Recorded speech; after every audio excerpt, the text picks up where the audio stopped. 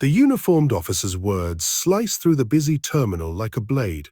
You can't take that flag-draped casket through here without proper clearance. Every head nearby turned. Conversations stilled, luggage wheels slowed, and travelers froze, caught between curiosity and unease. A soldier stood motionless, his broad shoulders squared, his jaw set with the rigid stillness of a man who knew restraint was stronger than reaction. Before him lay a coffin, polished wood, wrapped in the stars and stripes, its weight more sacred than any possession could ever be.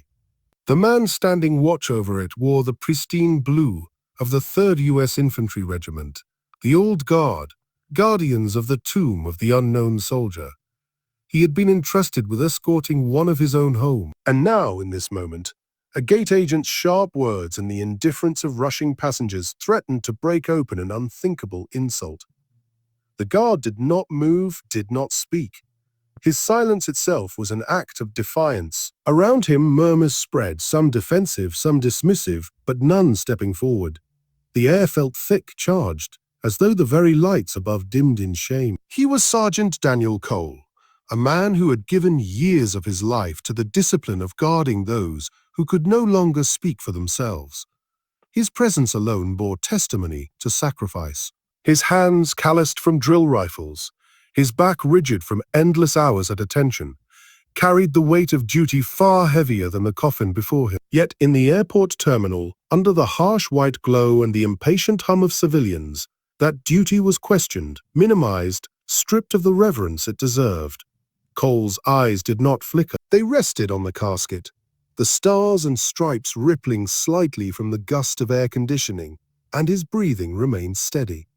In the silence of his bearing, there was a storm beneath his ribs. He remembered the boy within, 15, standing graveside when his own brother returned from war in a flag-draped coffin.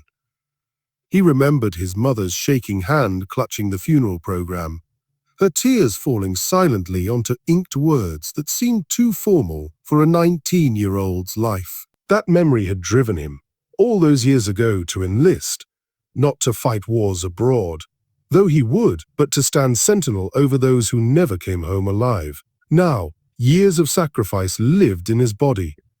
The cold nights in Arlington, where he walked his post under the stars, the blistered summers where he stood in perfect stillness, sweat running in rivulets down his spine, never permitted to wipe his brow. The countless funerals where families crumbled, and he held himself like granite, offering the only constant dignity in their unraveling. This duty, this escort, was no different, except here in the chaos of modern travel people were forgetting. The airline staff member folded her arms, tapping her foot. "You'll have to move. This isn't allowed without my supervisor's signature. Rules are rules." Passengers glanced, some frowning, some shaking their heads, yet no one intervened. The injustice hung heavy, suspended by silence. Daniel's gaze never rose from the casket. His silence pressed harder than words ever could. The air around him seemed to shift, a gravity of honor that made even the boldest whisper falter. Yet the challenge deepened. Security guards approached, their radios crackling. One of them, young and nervous, gestured toward the coffin. "Sir, we can't let this block the terminal. We'll have to relocate it." Relocate. As if the body inside were luggage. As if the draped flag were fabric and not a shroud of honor. Daniel's jaw tightened, but he did not break.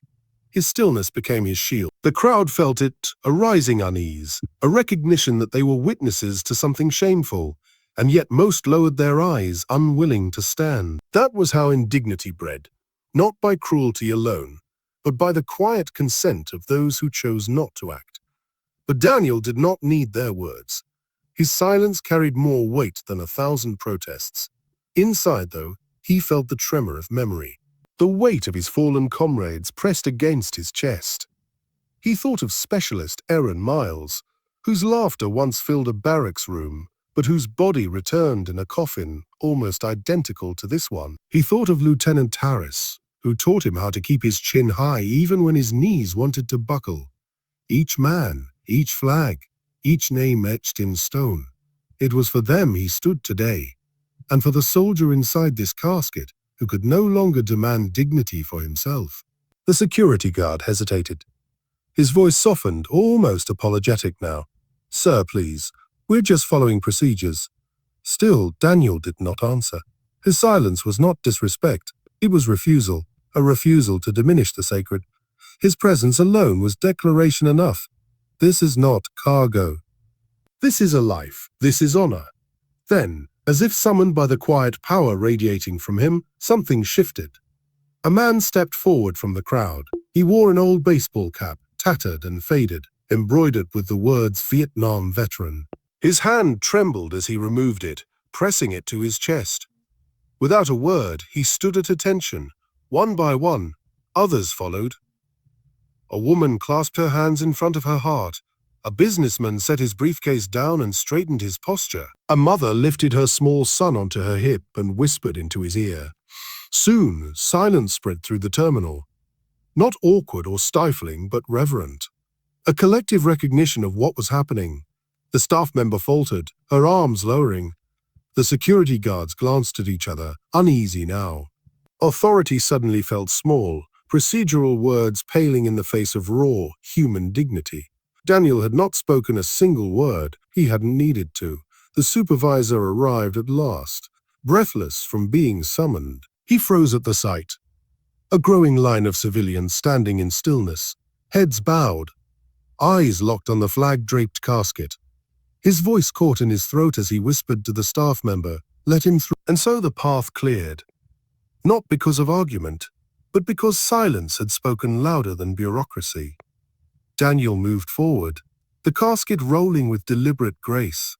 The gathered travelers stepped aside, a corridor of reverence forming, each face marked by quiet awe.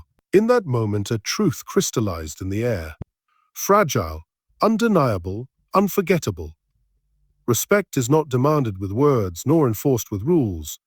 It is earned in silence, given in stillness, carried by those who will never lay down their watch. Later, when the aircraft doors opened and the coffin was carried down the ramp, dozens of passengers pressed their palms to the glass of the terminal windows. Tears streaked faces of strangers who had not known the fallen soldier, yet felt the weight of his sacrifice as if he were their own. The hush was complete. Even children seemed to understand. And as Daniel stood, still as ever, beside the casket, a single line echoed in the hearts of all who had watched. The measure of a nation is found in how it honors those who can no longer speak for themselves. The guard had not broken his silence. His stillness had been his protest, his shield, his truth, and it had been enough to turn a moment of indignity into a testament of reverence. Stories like these remind us that honor lives not in grand speeches, but in small acts of respect. They remind us that dignity cannot be stripped by rules when silence itself can thunder louder than authority. They remind us that sometimes the bravest words are the ones never spoken. Wherever you are watching from, reflect on this moment. Think about what it means to stand, even silently, for what is sacred. Share what this story means to you. And remember, there are heroes among us whose battles are unseen, whose silence carries more weight than any shout ever could. Because sometimes the most powerful voice in the room is the one that never speaks.